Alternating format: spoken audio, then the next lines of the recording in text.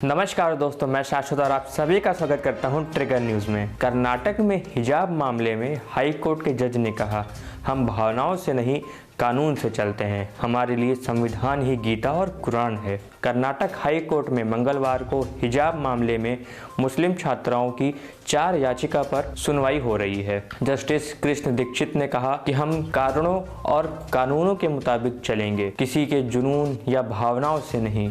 जो संविधान कहेगा हम वही करेंगे, संविधान ही हमारे लिए सब कुछ है।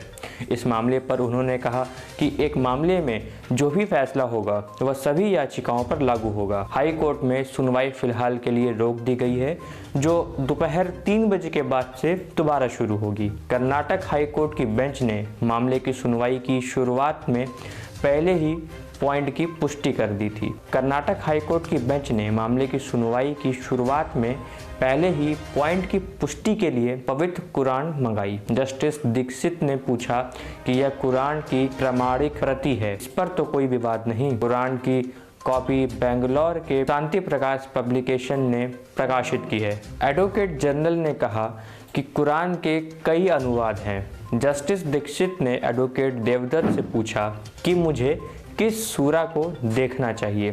तब तक उन्होंने कहा कि याचिका के पेज नंबर 9 पर मैंने इसे लिखा है। पवित्र कुरान की आयत 24.31 और आयत 24.33 सिर पर दुपट्टा या सिर पर घूंघट को आवश्यक धार्मिक कार्य बताती है। भारत से लेकर विदेशों तक कई फैसलों में पवित्र कुरान के इन 2 आदेशों की व्याख्या की गई है।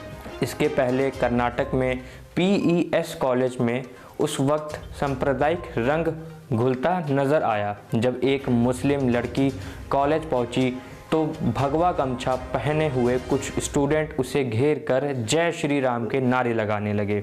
इसका विरोध करते हुए उस लड़की ने भी अल्लाहू अकबर के नारे लगाए। उडुपी में मंगलवार सुबह छात्राओं ने हिजाब पहनकर कॉलेज में प्रदर्शन शुरू कर दिया। इसके जवाब में भगवा गमछा पहने छात्र उनके सामने आ गए।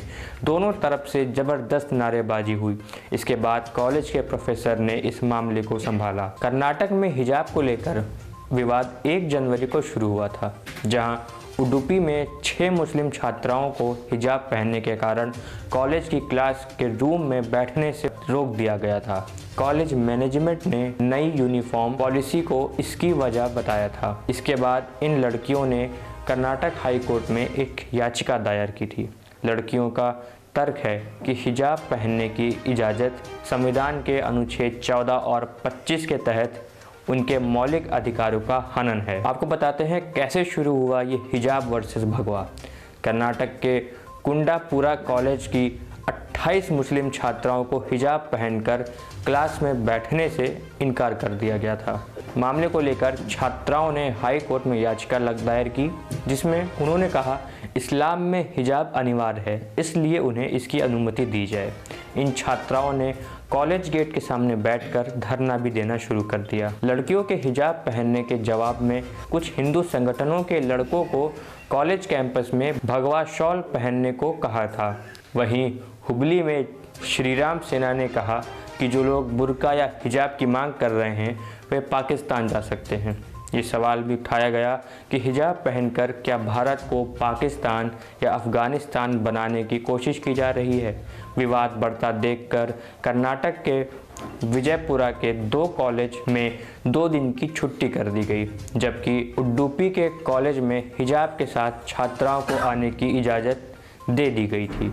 दूसरी तरफ कुंडापुरा के सरकारी PU कॉलेज कैंपस में सोमवार को मुस्लिम छात्राओं को हिजाब पहनकर आने की अनुमति दे दी, लेकिन यह नियम भी लागू कर दिया कि वे अलग क्लास में बैठेंगी। ये छात्राएं कॉलेज गेट के बाहर रोज़ कॉलेज शुरू होने से लेकर ख़त्म होने तक प्रदर्शन कर रही। इस वीडियो के अंत में हम आपसे एक सवाल पूछना चाहते हैं कि स्कूल कॉलेज, जिसको हम विद्या का घर मानते हैं, मंदिर मानते हैं, क्या ऐसी जगहों पे इन तरीके की राजनीति, इन तरीके की विवाद होना लाजमी है या नहीं। मुझे ये लगता है कि इस राजनीति ने अब हमारे स्कूलों को भी नहीं छोड़ा है। किसी का भी हाथ हो सकता है। हर पार्टियां सब एक दूसरे को भड़काते हैं।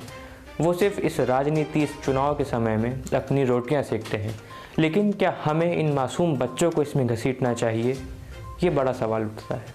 हमारे साथ ऐसे बने रहिए, हमारे चैनल को सब्सक्राइब करिए, वीडियो को लाइक करिए। धन्यवाद।